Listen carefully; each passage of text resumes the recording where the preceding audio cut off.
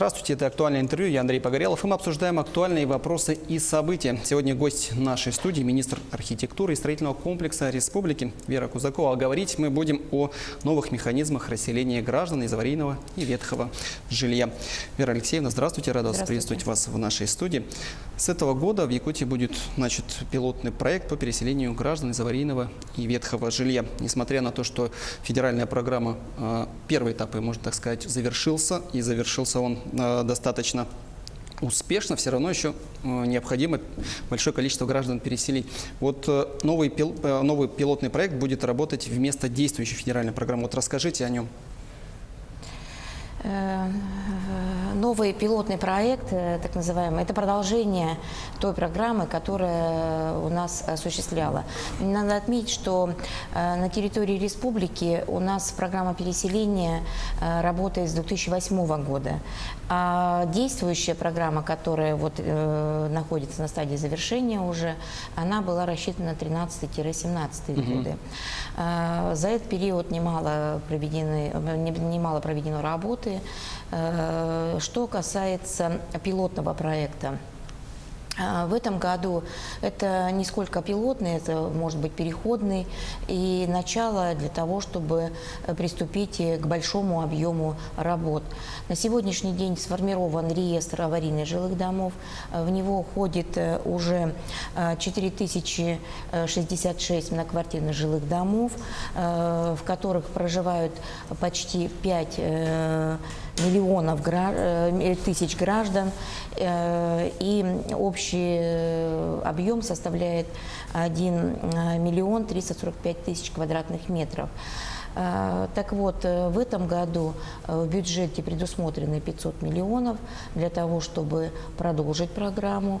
Значит, на эти мы сможем только реализовать и переселить в пределах 160 семей, но для того, чтобы стартовать и начинать работать, необходимо разработать нормативно-правовые акты. Эти средства будут выделяться из республиканского бюджета? Это предусмотрено в республиканском бюджете, но любые программы допускают привлечение средств и муниципальных образований, поэтому и в действующей программе оно было предусмотрено софинансирование как уровень поселенческого, так и районного.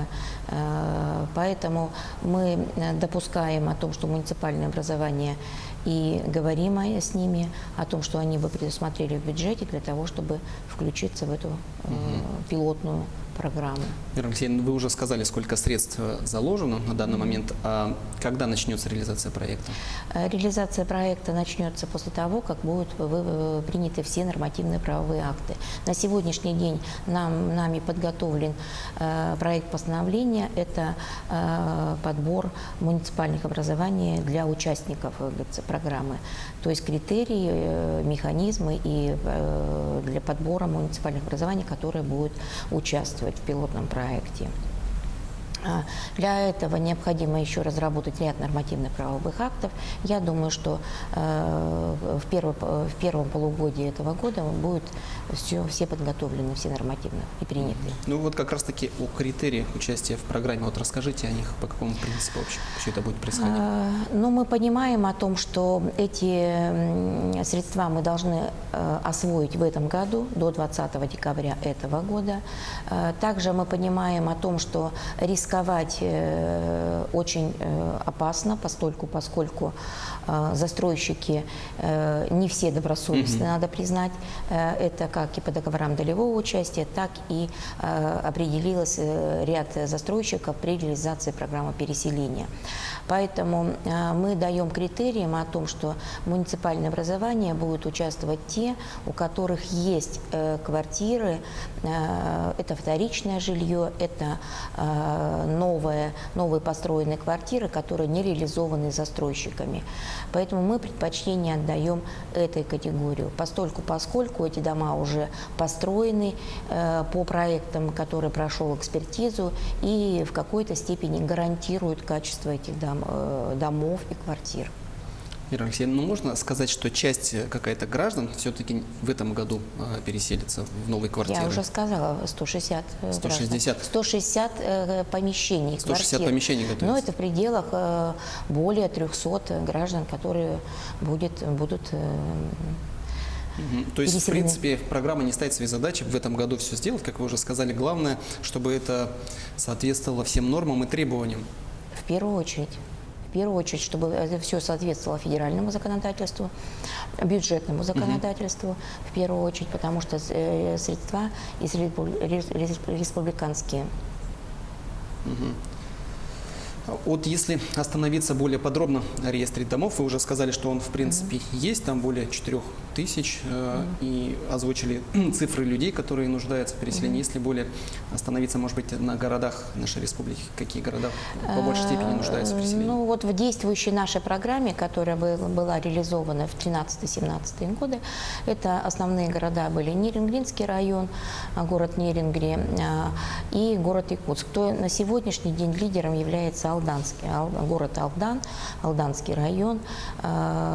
Здесь у нас очень большой объем работы остается и в городе Ленске.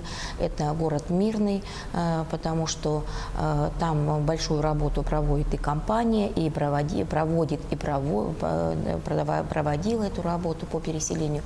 Но тем не менее жилой фонд имеется в аварийный. И, конечно, город Якутск.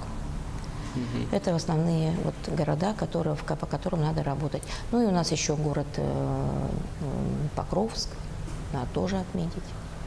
Каковы основные механизмы, по которым будет вообще осуществляться переселение? Но что, как говорится, о механизмах, есть механизмы и способы переселения. Так вот, к механизмам относится, это надо разделить, о том, что если муниципальное жилье и граждане проживают в этом муниципальном жилье по договорам социального найма, они будут получать по такому же механизму. То есть расселять. Единственное, что почему мы называем еще пилотный проект, потому что все-таки предусматриваем социальной направленности.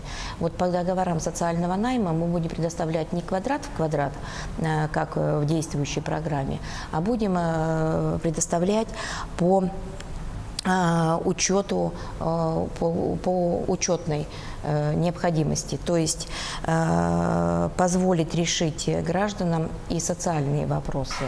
То есть если многодетная семья проживает в однокомнатной квартире, то мы построим квартиру той площади, которая требует законодательства, то есть жилищный кодекс по составу семьи.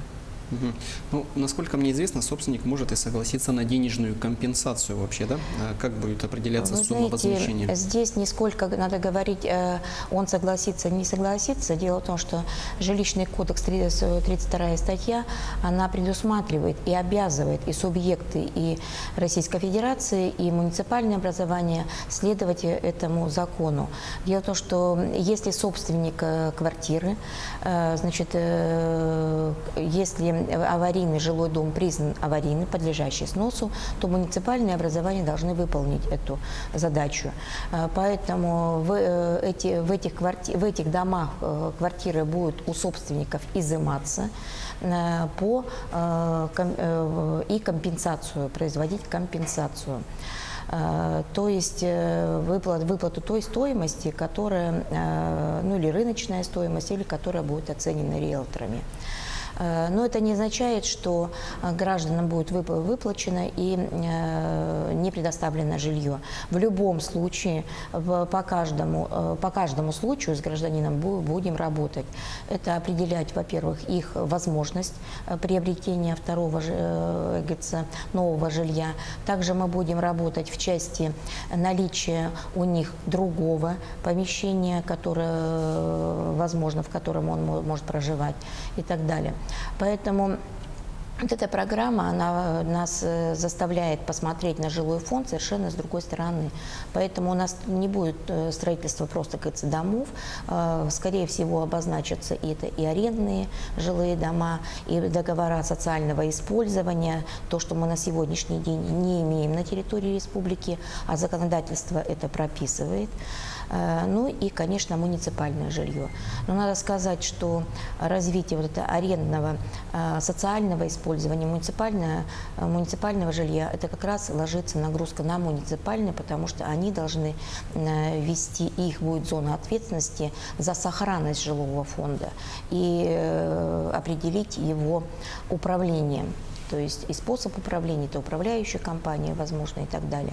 То есть здесь муниципальным образованием надо очень серьезно задуматься, поскольку, надо сказать, уровень технического содержания жилых домов в населенных пунктах у нас очень слабый. Вера Алексеевна, давайте еще раз уточним условия, при которых вот участие именно как раз-таки муниципальных образований вот в этих проектах, в тех регионах, районах нашей республики, которые вы уже озвучили.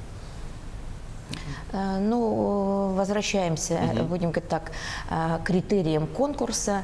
Значит, опять муниципальные образования, которые мы ставим задачу о том, что муниципальные образования, которые завершили успешно программу, они будут участниками. Далее, которые не имеют задолженности перед бюджетом республики, а у нас есть такие муниципальные образования, которые завершили программу, но имеют задолженность, поскольку мы меняли способ приобретения, то есть от нового строительства уходили к вторичному жилью. Это бюджет брал дополнительную нагрузку, поскольку муниципальные образования еще не завершили судебные разбирательства с недобросовестными застройщиками и не произведена возврат средств, вложенных в новое строительство, в бюджет республики. Далее, это наличие жилого фонда, как вторичного, свободного жилого фонда. Это как на вторичном рынке, так и у застройщиков, которые даже дома, пускай, введены в эксплуатацию. Значит, это жилье должно соответствовать санитарным, пожарным и всем другим нормам, в том числе и по безопасности.